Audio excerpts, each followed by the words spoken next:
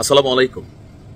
VP নূর তুমি কার? আমার প্রত্যেকটা ভিডিওতে নূর ভাইকে মেনশন করে আমি এই কথাটা বলি এই কারণে, সময়ের প্রেক্ষাপটে, যুগের প্রেক্ষাপটে ভিপি নূরের অনেক অবস্থান তৈরি হয়েছে। কখনো মনে হয়েছে তিনি ছাত্র দলের, কখনো মনে হয়েছে তিনি ছাত্রলীগের, কখনো মনে হয়েছে তিনি জামাতের। তিনি আসলে কার?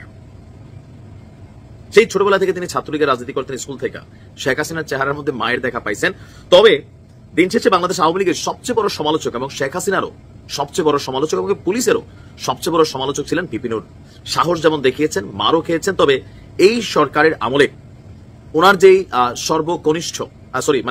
সর্বকাছের যে বন্ধু ফারুক, ওনাকে যে পরিমাণ মারি মারছিল, এরকম মারি তিনি আসলে খান নাই। বাট এখন তিনি যে বক্তব্য দিচ্ছেন, আমি জানি না তার কপালে আবার কি আসতে যাচ্ছে। কারণ তিনি আজকে আওয়াজ দিচ্ছেন, ঘোষণা দিচ্ছেন। বিএনপির খুবই উচ্চ পর্যায়ের একজন নেতা আমির খসরু সাহেব সহ, ভিপি নূর সহ, রাশেদ সহ একটা কনফারেন্স ছিল, সম্ভবত তাদের বৈঠক হয়েছিল। এরপরে বলছিলেন তিনি, যদি সরকারে থাকা দুইজন ছাত্র উপদেষ্টা মাহফুজ এবং আসিফ তারা পদত্যাগ না করেন, তাহলে গণ অধিকার পরিষদ নতুন এক সিদ্ধান্ত নিতে যাচ্ছে।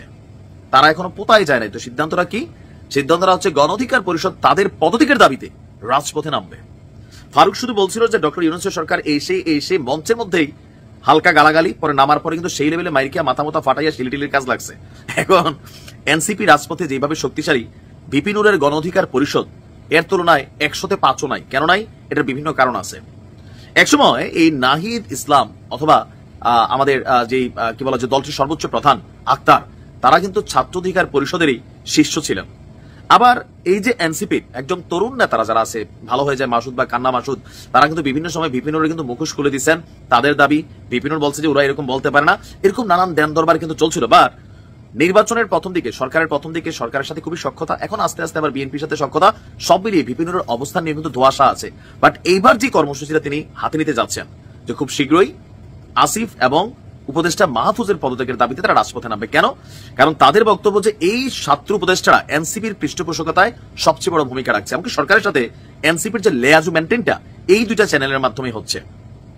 আর নাহিদের বিষয়েও তার একটা করা বক্তব্য ছিল যে তারা ঘুরাফিরা, আসিফ ঘুরাফিরা এনসিপিতে আসবে, আমরাও জানি, মাহফুজও আসবে। কেন? তারা ভবিষ্যতে নির্বাচন করলে, নির্বাচনের ঠিক আগ মুহূর্তে তারা পদত্যাগ করবে। ওই পর্যন্ত তারা রাষ্ট্রীয় পৃষ্ঠপোষকতায় অনেক কিছু করার সুযোগ আছে, সরকারকে কন্ট্রোল করার সুযোগ আছে, এনসিপিকে আইনের সাপোর্ট বা বিভিন্ন ধরনের সহযোগিতা করার কিন্তু সুযোগ আছে।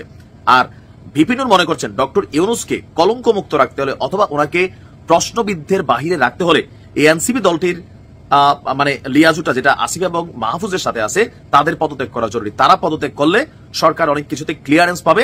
আর নয়তো সবাই ভাবতেছে যে এনসিপি আর ডক্টর ইউনূস তিনি আসলে একে অপরের পরিপূরক।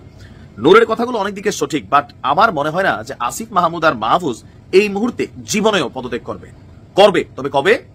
যেমন তারা এলাকাতে, লোকাল এলাকায় নির্বাচনের প্রচার প্রচারণা চালাচ্ছেন, তাই না? তার মানে তারা নির্বাচন করবেন, তো কোন দল থেকে করবেন? পাগল হয়ে জানে এনসিপি থেকে করবেন।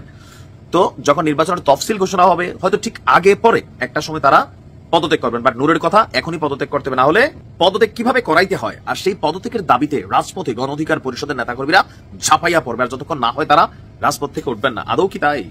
আমার মনে হয় না যে এইটাও ধোপে টিকবে। বাট এটা চ্যালেঞ্জিং ইস্যু নিয়েছেন, একসময় শীর্ষই এরা। দেখা যাক কি করতে পারেন ভিপি নূর, সময় বলে দিবে। ভালো থাকো।